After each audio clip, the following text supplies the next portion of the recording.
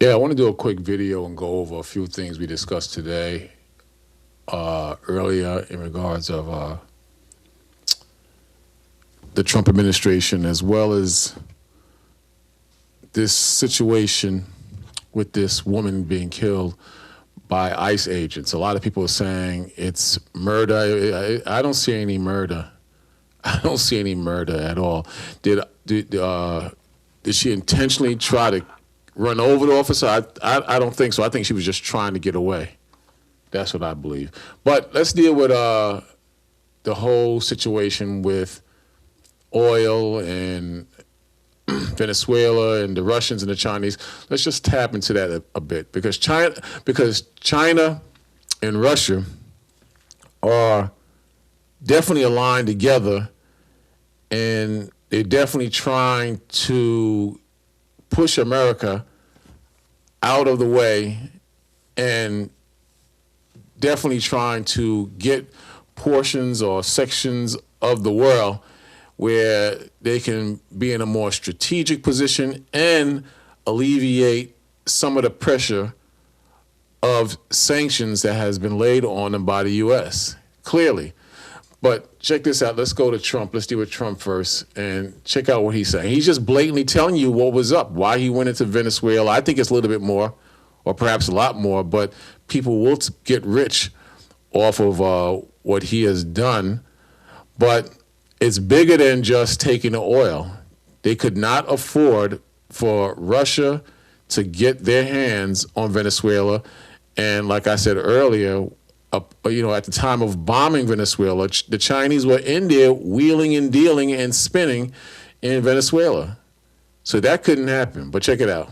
And the policy question, how much money are you thinking of giving people in Greenland to get them on board with a possible U.S. I'm not talking about money for Greenland yet. I might talk about that. But right now, we are going to do something on Greenland, whether they like it or not, because if we don't do it, Russia or China will take over Greenland, and we're not going to have Russia or China as a neighbor. There you go, right there. And he said whether they like it or not. So the fact that he's saying whether they like it or not, it's a life and death situation. It's a matter of survival. Who says something like that unless they don't give an F, or they know that that's a possible danger as far as having either China or Russia in their backyard? Who would make such a wicked and evil statement like that unless that's the case and that's what's on the table? And that's what I was saying earlier. This is not rocket science. This is not hard to figure out. I'm not saying they're not going to steal oil. I'm not saying they're not going to make money. They're going to make money. They're going to steal oil. But clearly, this is what's on the table, and he's telling you right to your face, arrogant as hell, telling you. Okay?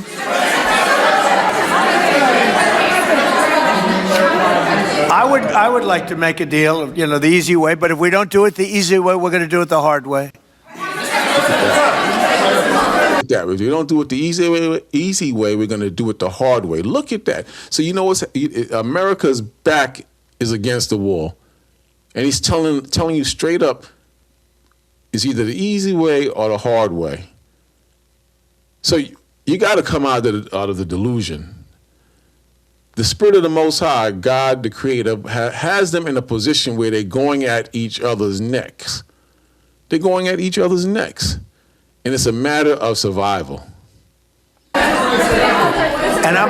by the way, I'm a fan of Denmark too. I have to tell you, and they've been very nice to me. I'm a big fan, but the fact that they had a boat land there 500 years ago doesn't mean that they own the land. I'm sure we had lots of boats go there also, but we need that, because if you take a look outside of Greenland right now, there are Russian destroyers, there are Chinese destroyers and bigger. There are Russian submarines all over the place. We're not going to have Russia or China occupy Greenland, and that's what they're going to do if we don't. So that's what they're going to do if we don't. And a lot of you are stupid. There's no boats outside of Greenland. A lot of you are just that stupid. You got this. A lot of you are sick with this TDS thing, this Trump deranged syndrome. A lot of you are sick. You will say he just made that up. There's no boats out there. Some of you. some of you would actually take that position because you hate this devil that much. I'm not crazy like that. I don't jump on the bandwagon with the majority of you brothers because I'm not crazy like that, man. I believe the boats are out there. To what capacity, I don't know. But I damn sure believe they want in Greenland, they want Venezuela, and other parts of the Caribbean, I believe. So this could definitely open up World War III. There's no doubt about it. So their backs are against the wall. We're going to be doing something with Greenland, either the nice way or the more difficult way. Look at that. Look at that. What president says that to a country that's not even threatening them unless they have to take that land for a strategic position?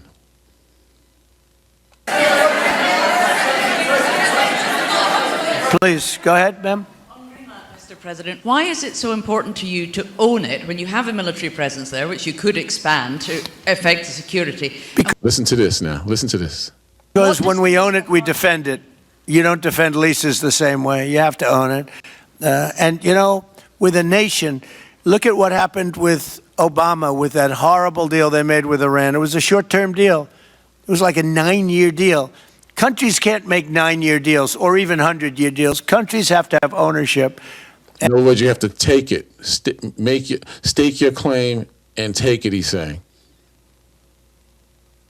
Take it and stake your claim, and if anybody comes to threaten taking it back or doing business there, you go to war. You go to war. And it damn sure looks like we're heading in a direction where we're going to war. It definitely looks like that. But that's not hard to figure out. Here's another one. I'm not going to be long. Here's another one. Not hard at all, man. Come on. That actually toppled the regime of their opponent. And so why is Russia going out of their way to oust these types of actions? Obviously, there is something for Russia to gain here. And it turns So now this guy, he's pretty good. He's going straight into why Russia is doing the things they're doing. And I'm doing this video because I read a comment in the last video I did. And some of you are just stupid, man. Some of you are just stupid. When I get up in the morning, I go straight to the news. Whether it's Alex Jones, whereas it's Fox Business or just straight up news. I go on surf the net. I listen to maybe some Tucker Carlson. I think it's called BDP, something like that. PDP. I don't know what it's called, but they just deal with a lot of political issues. All that I watch. So if you're just watching a YouTube video and you're trying to tell me that I'm wrong on something where I know what I'm talking about. And I don't know everything, but certain things I know what I'm talking about. And you can't just tell me that it was AI or he just want the oil and all that BS because you're just following left-wing news only. I don't listen to you. I don't listen to you, and a lot of you ain't gonna listen to me because on what we're watching and discussing right here. A lot of you not gonna take to heart as far as what I am bringing out now through the news. And that's fine, but you ain't gonna make me crazy like you, because I know this is clear. Check it out. Turns out that Russia losing Venezuela is quite a crippling blow, and it's a lot more significant than a lot of people realize, especially when it comes to Russia's ability to continue maintaining their economy. And as we get into that, I just want to mention this is not the only blow like this that Russia has suffered in recent years. And as the war in Ukraine goes on, Russia is slowly but steadily losing all of its international strategic partners. Obviously, last year, Syria collapsed and Russia lost the Assad regime, which may not seem like a big deal because Syria is a small country, but Russia militarily intervened in Syria several times to achieve their goals. This is what's happening in Iraq. Trump has a battery in the back of the Iranian people. He has them in a frenzy, and he's claiming he's going to defend them if the Ayatollah or the leadership attacks the protesters. So the protesters are getting bold, thinking Trump's got our back, let's go bananas. Same thing in Venezuela. They saying that Trump is their savior. And this is how you weaken a country. You weaken it so bad that the leadership has to flee or they kill the leadership, and then America puts its puppets in those countries. Trump don't care about no damn Iranians. He don't care about no people in Venezuela. He cares about white Americans. Bottom line. And he has them, gassed up or has a battery in their back. In other words, he has them convinced that America has their back. The only thing that Trump cares about is that they can overthrow the country from the inside, rather than them going in there and bombing it and taking over or destroying the country. He's out for the best interest of Americans. And that's why I keep saying over and over, he will be the greatest devil president that ever ruled America. The greatest. You can't. And if I'm wrong, and you think I'm a Trump supporter, you that stupid, then you could be that stupid. But prove me wrong. Prove me wrong with another president. Who you gonna say, Barack Obama? Give me a break. You don't even hear about Barack Obama since Trump won the presidency. You don't even see him. And because of the war in Ukraine, Russia was so bogged down they didn't have resources to invest. The regime in Syria collapsed. Something similar arguably is going on in Iran. It may not be total regime collapse, but it might be. I have a whole video on that. I just mentioned Iran. I just mentioned it. But the point is, this is another area where Russia has not been able to adequately support Iran the way that they would like to because they're so bogged down in Ukraine.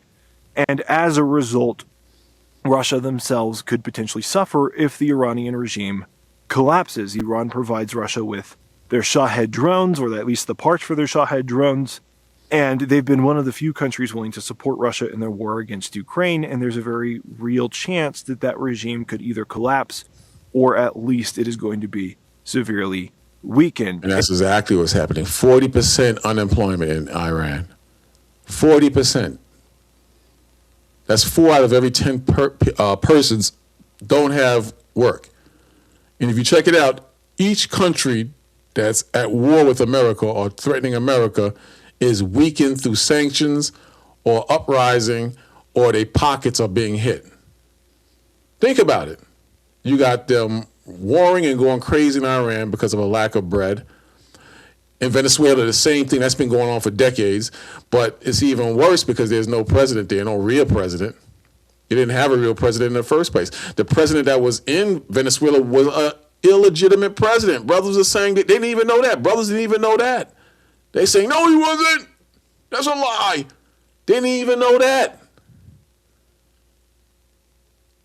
So I'm just saying, you got to focus on what the hell is really happening. Same thing with Russia. Russia needed that oil. They needed that position in Venezuela. Same thing with China. China's economy isn't doing great. It's not doing great. So all you got to do is starve the people out. Imagine if other countries starved America out. What would be the results? You saw just a little taste of that. We saw a little taste of that when people weren't getting their WIC cards. Or the EBT cards, whatever the hell it's called. The EBT cards and a Section 8 was threatened. You saw the frenzy on just that alone. So I'm just saying, you got to do the math. This is not hard to figure out. Check it out. And it is in this environment that all of a sudden this surprise U.S. collapse of Venezuela takes place. So let's talk about why it actually impacts Russia so much. The reason Venezuela is so important to Russia comes down to Russia's shadow fleet. And it actually turns out that for Russia, Venezuela is irreplaceable. As we all know, as the war in Ukraine has gone on, Russia's oil has been sanctioned, and Russia has basically been disallowed from selling their oil and natural gas on most of the global market. So if Russia can't sell its oil, how do people get their bread in Russia? If Russia can't make money from oil because of U.S. sanctions, and if anybody supports Russia, then they're attacked by America. How does Russia stay afloat? Unless Russia goes to her friends. Unless Russia deals business with Iran. Unless Russia does or deals business with China.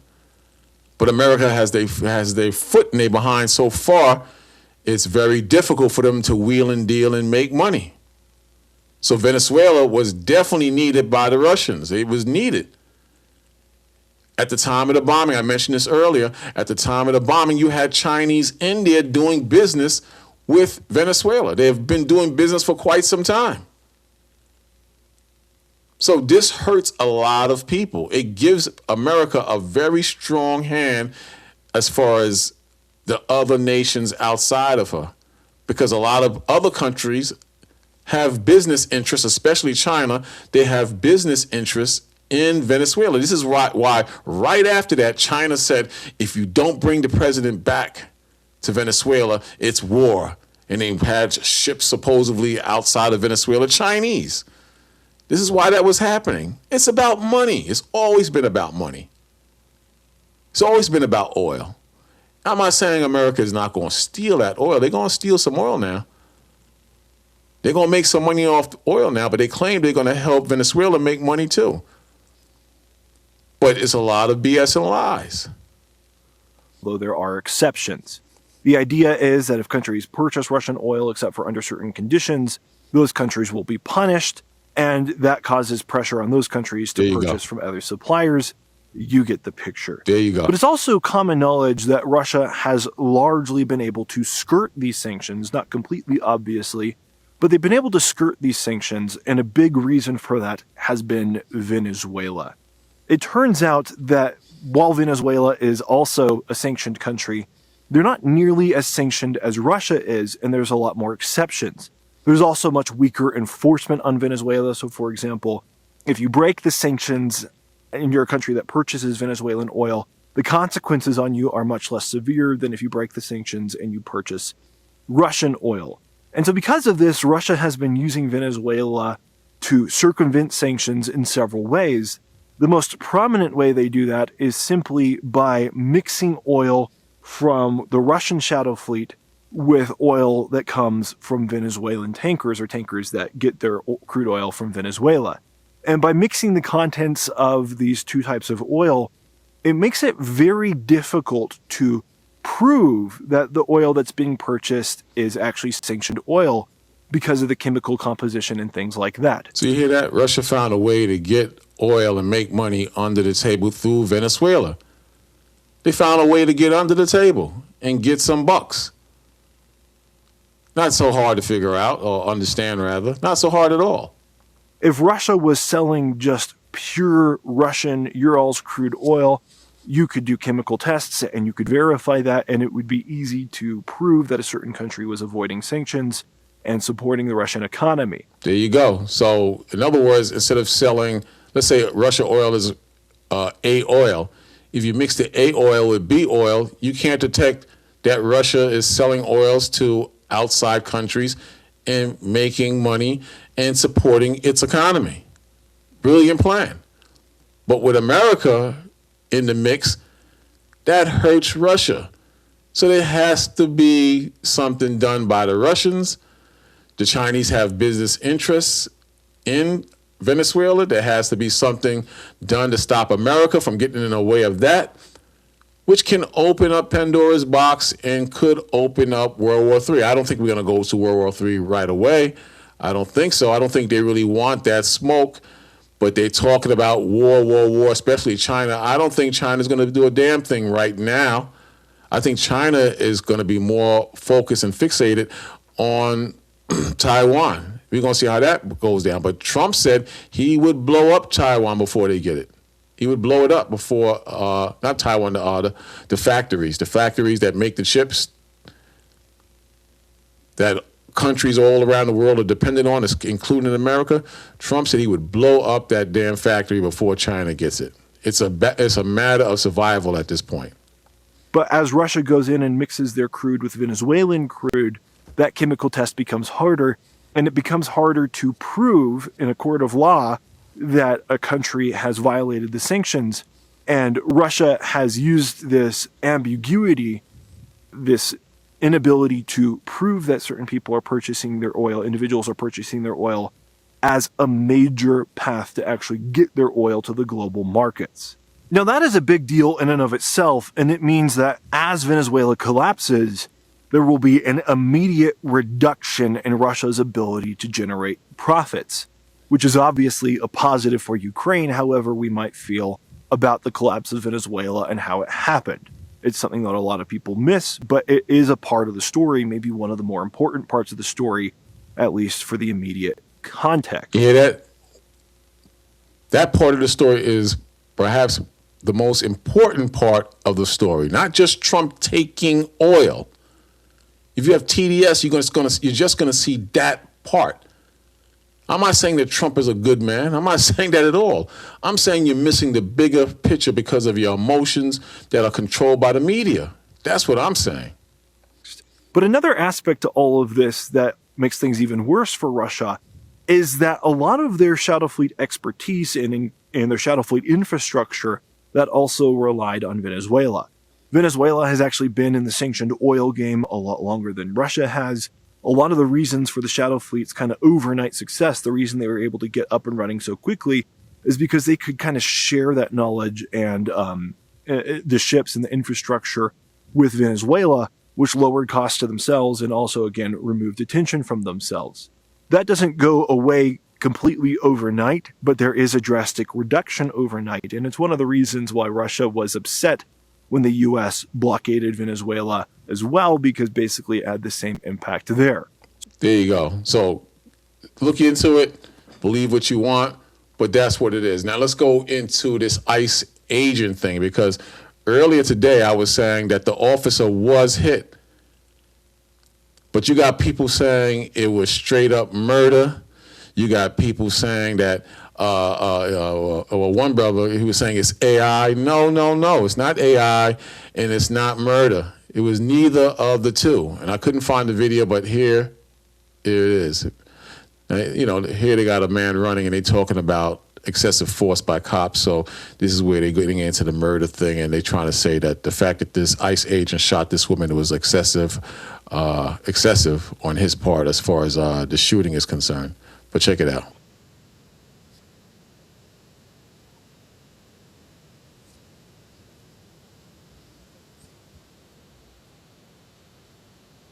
For the shooting, we can see Good's maroon SUV partially blocking the street.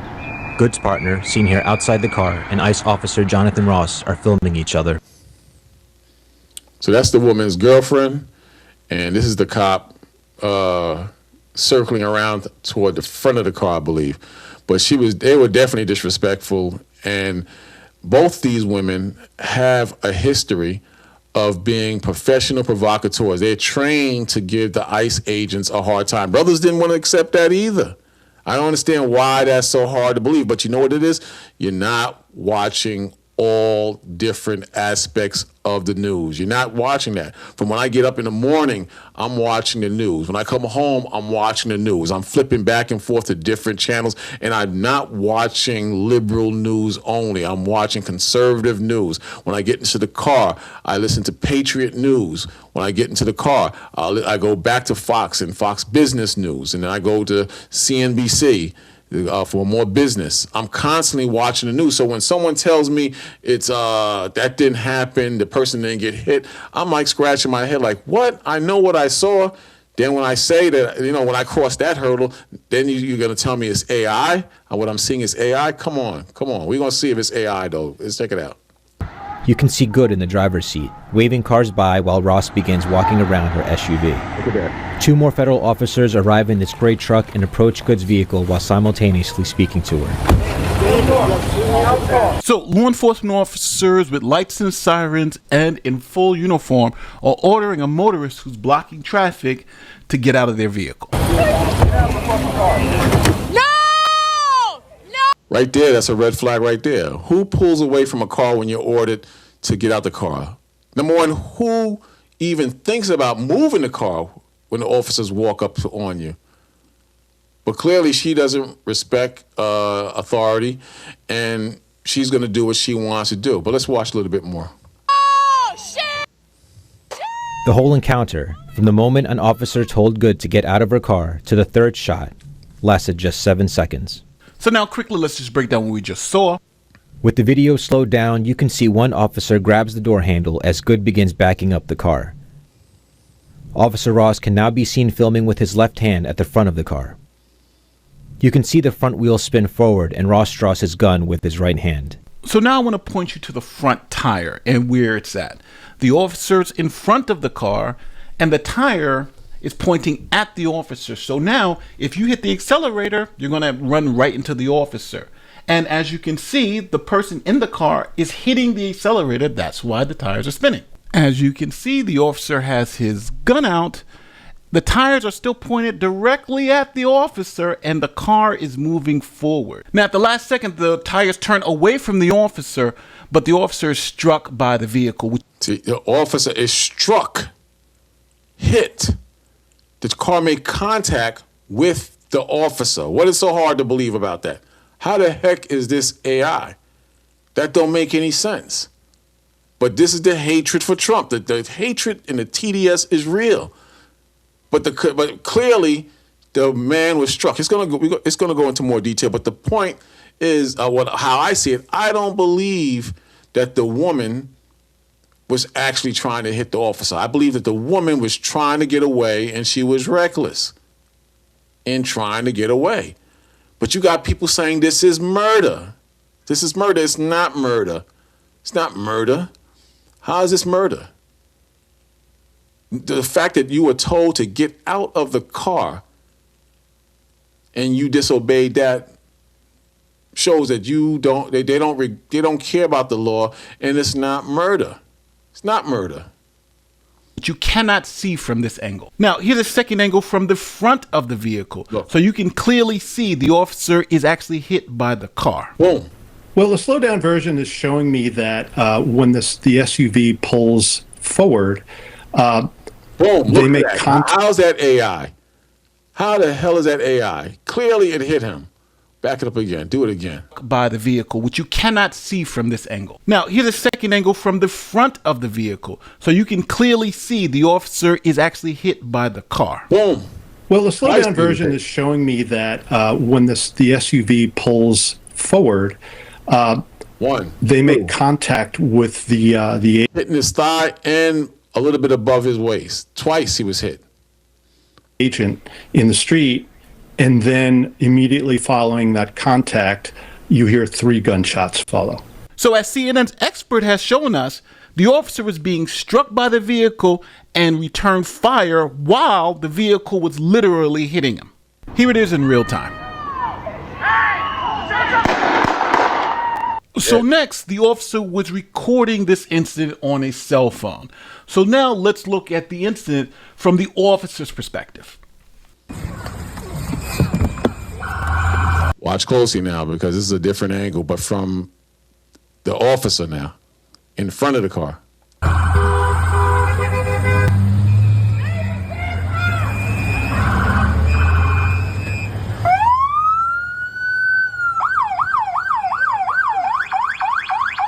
fine, dude.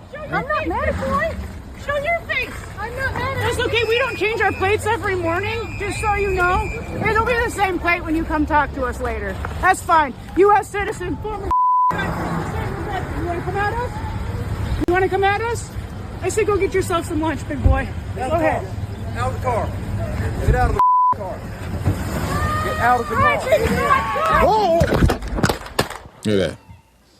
So now here, the wife is antagonizing the officer, asking him essentially, what are you going to do? I say go get yourself some lunch, big boy. Go ahead.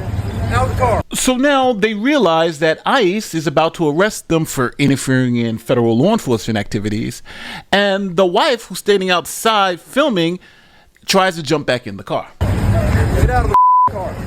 So now what you're going to hear a lot in the media is that the officer placed himself in front of the car. But as you can see, that's not accurate, because while the officer was standing still, the car actually repositioned itself and pointed the front of the car directly at the officer. Now, as the officer was trying to move toward the driver's side of the vehicle to get from in front of the car, the person hits the gas, striking the officer. Now, simultaneously, while being struck by the car, the officer lets off 3 successive shots. So now that you know the facts, now that you know the law, let's bring it. It makes no difference, because they're going to still say it was murder, and they're going to tear up the city. It makes absolutely no difference, because they're going to still do what they're going to do, and they're going to still tear up the damn city. because people's minds are conditioned by social media, emotions, anger, frustration. That's what their minds are controlled by. Here's another one. This guy did a pretty good job on it. But this is what I wanted to show earlier today. You attach to it, okay? But with that in mind, another video clip has surfaced basically from the same angle, and we want to show that to you because it goes a little something like this.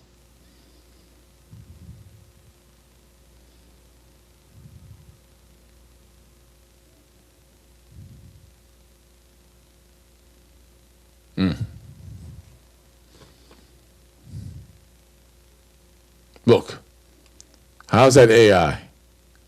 How's that AI? That's what I want to know. How are you going to say the car never hit him? Boom. Okay, so does that change your perspective on what weight you want to attach to that second video that we used on our first video about this thing? Or does that more affirm your original position? But then, and this is probably the big video to have surfaced yesterday, is a video that was captured by, I believe, the ICE agent who actually fired the fatal shots. And I want you to pay attention to this video because it goes like this.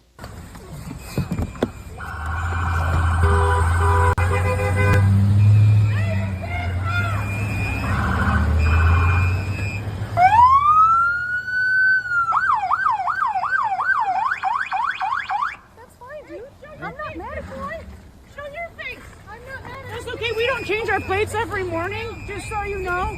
It'll be the same plate when you come talk to us later. That's fine. U.S. citizen, former fucking country. You want to come at us? You want to come at us? I say go get yourself some lunch, big boy. Go ahead. Out of the car. Get out of the fucking car. Get out of the car. Whoa!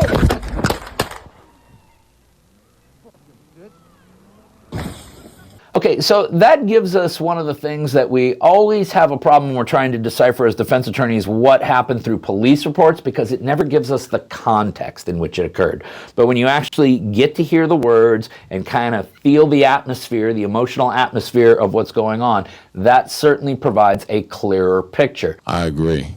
You know, you can't go by the original video. Even when these cops be beating the hell out of a lot of people and it looks like the cop is just being abusive, and sometimes they are. Sometimes the cops are just over-the-top devils. But at the same time, you got to get the whole picture. In other words, you got to wait sometimes and get all the videos out. You got to get all the footage out sometimes. And then that's where you wake up. Because when I first saw the first clip, it looked like, yo, this cop just killed that woman. Just killed her. But then when you get to her background, when you see their attitude, when you see how they're conducting themselves, when you see when the cop orders her to get out the car, she doesn't get out the car, and when you see the different angles, it's a whole different picture. It's a whole different story. But guess what? Even though we saw all that, in the weeks to come, people are going to still say it was murder. She didn't have to die. He could have stepped out the way. She was a beautiful woman. They have her next to George Floyd, that loser. Next to George Floyd, a loser. You understand? We got all the background and the crap on him in the end. You understand? But listen, the same way Russia is battling and struggling for power, the same way China is battling and struggling for power, in the same way America is battling and struggling for power. You have the left battling the right, struggling for power. The Republicans against the Democrats battling and struggling for power. And at the same time, the ones who are in the middle, they're brainwashed big time by social media. Open your damn skulls and see the truth, because this don't make no sense to be in this mindset. I'm not saying she deserved to die. I'm not saying that. I'm saying get the whole truth. And like I said earlier, I don't care who the truth comes from. It can come from Donald Trump.